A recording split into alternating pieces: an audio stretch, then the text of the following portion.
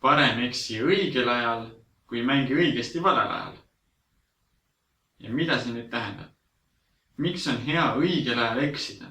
Kui ma mängin lugu, mul läheb sassi ehk mängin vale noodi, siis see viga kohe ütleb, siin on valesti, siin peab midagi muud mängima.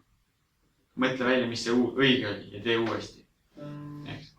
Aga kui ma selle asemel, et mängida see ära, mis ma parasjagu arvan, et on õige,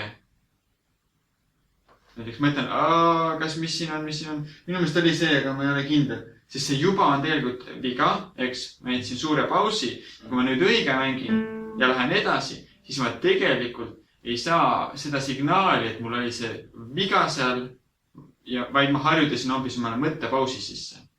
Seega, kui sa ei ole kindel või sa tunned, et nagu arvad, et see on, aga see ei ole päris kindel, see et mängida ära.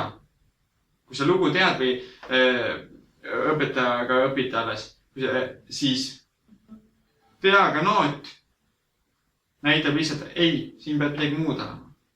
Ära karda eksida, iga eksimus on sinu õpetaja, juhul kui sa seda viga raisku ei lase. Vigu ei tohi raisku lasta, iga viga õpetab. Näeme järgmine kord.